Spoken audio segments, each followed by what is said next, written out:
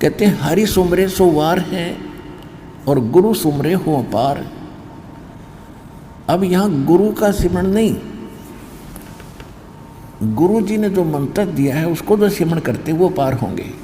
तो गुरु मंत्र होता वो गुरु का सिमरण कहलाता है।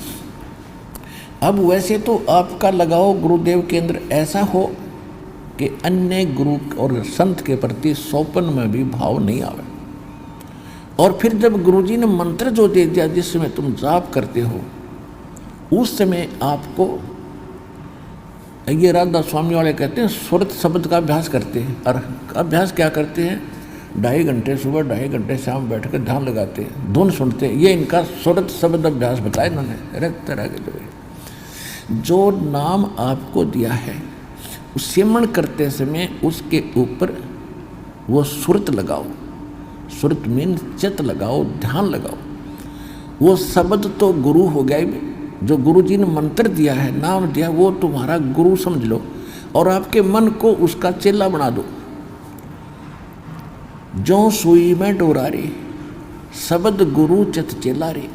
तो ये शब्द सुरत अभ्यास है कि सिमरण करते समय आपका ध्यान उस सिमरण के जो अजप्पा जाप आप करते हो उस जाप के ऊपर रहे। मैं बाहर कौन सा मंत्र छोड़ रहा हूँ और अंदर कौन सा ले रहा हूँ, ध्यान ना डगे। अगर ये ध्यान डग गया और वैसे सांस लेंगे उसका लाभ क्या हुआ। तो ये है सुरत शब्द अभ्यास। ये प्रैक्टिस करनी होती है कि नाम पर ध्यान डटा रहे। कबीर साहब कहते हैं कि मुख माला तो कर्म फिरे और मन माया माला तो कर्म फिरे और मनवा फिरे चूँ और। तो ये सुमन नहीं है। जीव या तो मुख में फिरे और माला कल में और ध्यान की तौर घूम रहा, तो कहती ये सिमरन नहीं। तो ये सुरत शब्द अभ्यास इसको कहते हैं कि सिमरन करते समय एकाग्र चित्त करो और क्या जाप करें उसको ध्यान रखो, वो सिमरन है आपका। ऊंचे कितनी देर बैठे रहो या चलते हुए कुछ भी आप सोच रहे हो माला हाथ में ले रहे हैं और वो घूमती रही और उस नाम लेते समय चित्त यानी सुरती नहीं लगी तो वो कच्चा वो उसका कोई वैल्यू नहीं है।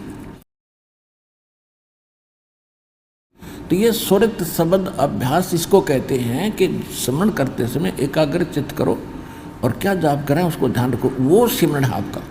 ऊंचे कितनी देर बैठे रहो या चलते हुए कुछ भी आप सोच रहे हो माला हाथ में ले रहे हैं और वो घूमती रही और उस नाम लेते समय चित्त यानी सुरती नहीं लगी तो वो कच्चा वो उसका कोई वैल्यू नहीं है।